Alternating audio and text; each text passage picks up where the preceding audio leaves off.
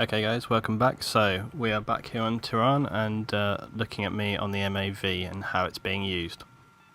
So in this game we quickly kind of found that the enemy were not really pushing up, they were being very slow, and this often happens. I got stuck in a load of games today where I had about 5-6 games in a row where we were on a team where they just would not move forward. So I decided to pick up the MAV, get some footage, and I also wanted, I use it here and there, but I wanted to just sort of try and see how well we as a squad could use it in communication. So that's what I was doing in this video, just moving around the map, trying to get to some positions. The reason I was ducking down there with the MAV is because I think the enemy had noticed, especially those guys just at the end of the last clip on Battlefield, these guys moving around the edge, I think they had spotted the MAV, and I think they've realised that we are using it. So I actually start getting targeted, I start hearing lock-ons from me, and tanks at long range start firing at me. So it does show that it can be a real frustration. People notice. I know that I've seen in games before where I'll suddenly realise that I hear this MAV flying around, and you suddenly realise it's marking you up, giving away your position all the time. And, you know, being able to move around covertly, trying to get around behind your enemy is often really, really important. It can often be the only way you can actually turn around a game. You know, if we were the attacking team here and we were pinned down, you know, your only choice is either to go in full attack with loads of smoke, loads of, grenades and try and bust your way through, or you have to flank carefully around the edge, leave perhaps your squad leader as a spawn point, or use a recon spawn device. You've only got kind of two options really. And with the MAV pinning down everyone, as soon as I see a target here, I'm trying to mark them up, or at the very least telling my team. It means they really have nowhere to go, and with the MAV up, they've got no chance of trying to sneak around, and that's as well where the infrared camera comes really into it. Obviously in Bad Company 2 the UAV didn't have an infrared camera, so you would potentially miss some targets. With this scope there's no chance of you doing that. You can see them from a mile away, so there's no opportunity for targets to be missed. Like I say, this map really suits the MAV. Other games would be less likely to do so, because they're either too spread out, or it's the enemy don't have enough range to travel to get to the base. So you really have to kind of use it. You have to make sure that it's worthwhile doing, because you flying around in this little robot, if they need you on the ground firing and helping to hold them back again, then flying around a little MAV is not going to be very useful. So you need to make sure it's actually worth your while, and on this map I do think it is. So you can see we've actually got Cody there on the roof. He's sniping now. We're doing different things. I'm just checking the score. The other thing I wanted to do actually, which I didn't put up on the Battlefield video, I was just seeing what kind of score you could actually pick up just using the MAV at the end of a round. Now I do end up switching out, so I pick up a couple of points from other things, but overall I guess you're probably going to average like 600 to 800 points per round with the MAV.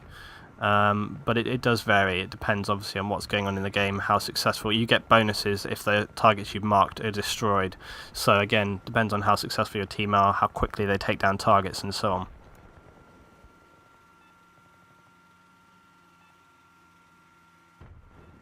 Now I think the attacking team, many of them, started to kind of drop out because they realised they weren't getting anywhere. So we do get a bit of a change around of enemy players. As usual, we're now kind of getting into like the danger zone of like 20 tickets. When you get down to kind of 20-25 tickets, that's usually the time when I tell everyone to sharpen up and be more aware, because when you get down to those kind of numbers, that's when they're going to really go for the attack. They realise they've got nothing left to lose. Often I always say it's kind of too late. If they're only doing a big rush at the end, I don't see the point in that. You want to do that from the start.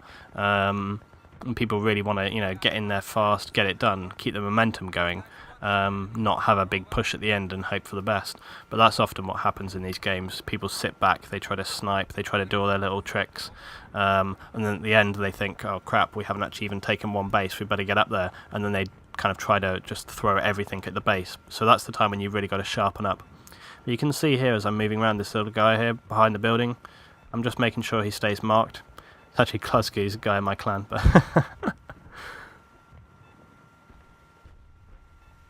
But the point always in Battlefield as well is that one guy can lose your round, because if he manages to get up there, he'll have his whole squad spawn on him. You've already got 4 guys up, and then once they get the target armed, well, you've got to pull back. You've got to take your attention away from the front. So just having one squad pull back and get a target armed can make a big difference. I know in a few games that I was playing recently, I managed to sort of stealth around behind. I get a target armed. It takes a little bit of pressure off from everyone else whilst they run back to disarm that.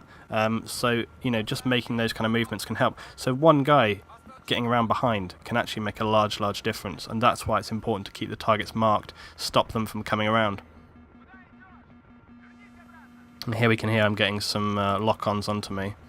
They're actually starting to target me because I think they have realised that I'm basically causing them a problem. And you see they're taking the fast-moving vehicles around the back here to try and get in. And there we go. That's my MAV down. So it shows that they were taking me, you know, quite seriously in this game. They were actually targeting me live to try and take me out. And right here we can see what I was talking about earlier about being a backup defender. You know, if I'd had a sniper rifle, yeah, you know, you have a reasonable chance of taking someone down. But with a you know, a more mid-range weapon, you have a much better chance of being able to actually control people like that. And I obviously stopped that guy coming around the back. So having lost my MAV, I'm now moving up to just try and join in, try and put some, you know, fire back on people, pick up a few points towards the end of the round. They've only got 11 tickets left, so, you know, you want to be aware, but the chances really of this team taking the game at this point are fairly minimal, so I felt fairly secure that I could move up. Smoking floating in the air there. Just floating on the rocks, why not, you know? I also found actually yesterday in a game, I was running along a map and a guy had obviously been killed, but instead of falling down, his body was just like a waxwork stationary right in the air. I think I got that recorded as well, but still find these kind of bizarre glitches in Battlefield, but it doesn't really matter. Okay, so again, they're taking these fast moving vehicles around the back, going right the way around now to B. They obviously realise again that we've got some guys right next to A, but we've got a lot of people here. See how many mines are marked up there as well. I think I have a bit of a gun fail here. I'm still kind of like shooting around him, but not actually on him. Vastly overused amount of rounds I really needed to take that guy down. I think that proves the point as well about something I've said before, which is that you're better to take an extra second to actually aim your gun rather than to just go in and like spray roughly in their direction. But luckily it wasn't too much of a problem. Okay, so again we see here right at the last minute they're making the pressure in. But it's far too little too late. So guys, that was the follow-up on this MAV video. I hope you've enjoyed both. People have been asking me to do one about shotgun rounds. I've been trying to do it, but to be honest, I barely see any difference between any of the shotgun rounds. It's like, if people are in front of you, you shoot them and they go down. That's probably about it, but I'm still picking up some footage and I'll make some evaluations on it, because obviously people love shotguns. It's not something that I really favour, but I'm doing it because I've had quite a few people request, so I'll take a look at that soon. So yeah, this has been my my first kind of follow-up video. I might do some more of these. I'll be putting the commentaries up on my own YouTube channel rather than Battlefield. So yep, I hope you've enjoyed it. Please leave any comments, requests, questions or otherwise, and I will try my best to respond to those. So thanks for watching guys, and I'll see you for the next one.